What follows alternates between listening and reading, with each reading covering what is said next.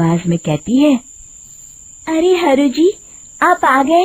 मैं कब से आपका इंतजार कर रही थी। वैसे तो यहाँ से काफी लोग गुजर चुके हैं, लेकिन मैं खास आपका इंतजार कर रही थी।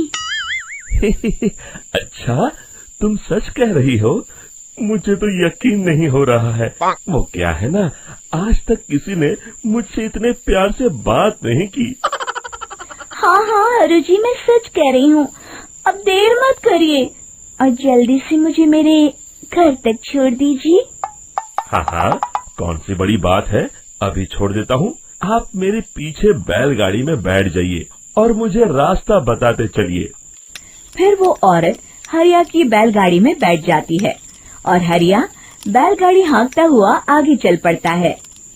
फिर उस औरत के बताए हुए रास्ते पर चलते चलते हरिया बैलगाड़ी लेकर एक काली गुफा के आगे आकर रुक जाता है। हरिया उस औरत से पूछता है, हाँ देवी जी, आपका घर कहाँ है? यहाँ तो एक गुफा के अलावा और कुछ नहीं है। तभी अचानक वो औरत हवा में उड़ने लगती है। देखते ही देखते उसका सुंदर रूप एक डरावनी चुड़ैल में बदल जाता है और वो जोर जोर से हंसती है। अरे तू तो एक नंबर का बेवकूफ निकला। तू तो बड़ी आसानी से मेरी बातों में आ गया। अरे मर गया रे, ये तो एक चुड़ैल है। हे भगवान बचा ले, ये तो बड़ी डरावनी दिखाई दे रही है।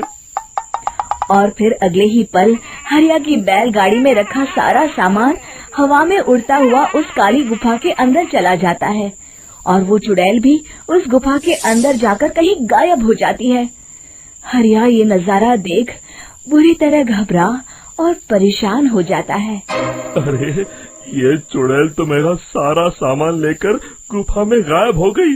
अब क्या होगा? अगर मैं गांव खाली हाथ गया तो मालिक मेरी अच्छी खबर लेंगे। मेरी इस बात का कोई यकीन भी नहीं करेगा। फिर आखिर वही हुआ। हरिया के मालिक चंपक सेठ को हरिया की किसी भी बात पर रत्ती भर भी यकीन नहीं हुआ।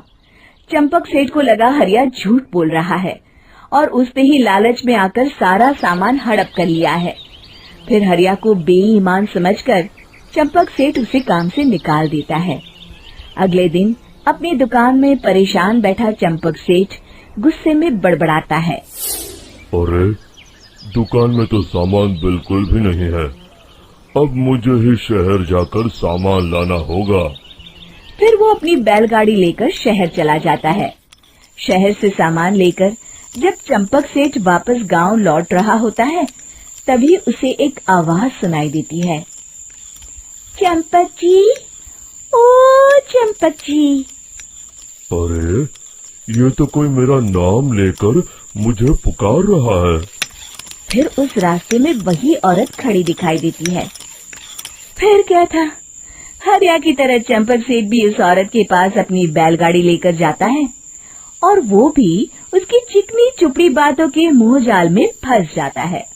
फिर चुड़ैल उसे भी अपनी गुफा तक ले जाती है और उसका सारा सामान लेकर गुफा में गायब हो जाती है। बेचारा चंपक सेठ लाचार होकर खाली हाथ गांव लौट आता है। फिर ये उस जंगल में रोज की बात हो जाती है। जो कोई भी शहर से कुछ लेकर गांव की तरफ लौटता, वो चुड़ैल उसे बेवकूफ बनाकर उसका सारा सामान लेकर गुफा में गायब हो जाती। एक दिन हरिया एक लकड़हारे को उसी जंगल की तरफ जाते हुए देखता है।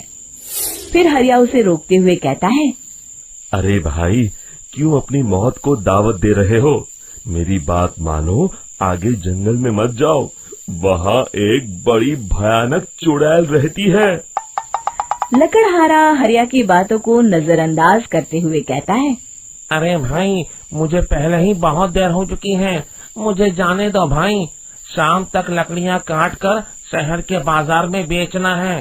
तुम अपनी ये कहानी किसी फुर्सत में बैठे इंसान को सुनाओ, मैं तो चला। इतना कहकर लकड़हारा वहाँ से आगे जंगल की तरफ चला जाता है। फिर अगले दिन गांव के मुखिया के घर के बाहर बहुत सारे लोग जमा हो जाते हैं। तभी हाथ में कुल्हाड़ी लिए खड़ा लकड़हारा कहता है, अरे मुखिया जी, अब आप ही हमें बचाइए उस जंगल वाली चुड़ैल से। हमारा सारा काम तो शहर से ही होता है।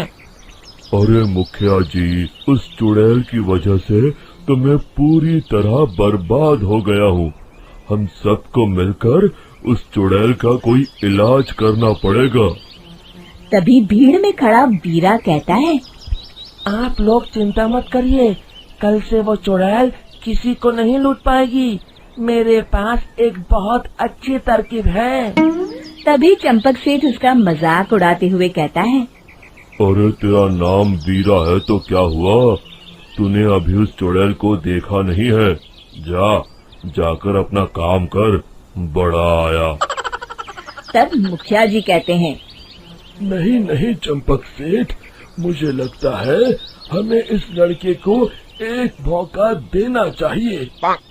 फिर सभी गांव वाले मुखिया जी की बातों से सहमत हो जाते हैं और वीरा शाम को एक बैलगाड़ी में कुछ सामान लादकर उस जंगल की ओर चल देता है। वीरा, ओ वीरा, कहाँ जा रहा है? तभी वीरा मुड़ के देखता है, वही चुड़ैल एक औरत के रूप में खड़ी है। अरे बहन जी, मैं आपको ही ढूंढ रहा था। देखिए, मैं आपके लिए क्या लाया हूँ। है? अरे वाह, तो खुद मेरे लिए इतना सामान लाया है। तू ही अकेला गांव में समझदार है। जरा देखो, मैं भी खोल के, बड़े भूख लगी है। जैसे ही चुड़ैल उस सामान पर से कपड़ा हटाती है, एक भगवान शिव की तेज रोशनी उसके अंदर मूर्ति से निकलती है और चुड़ैल अपने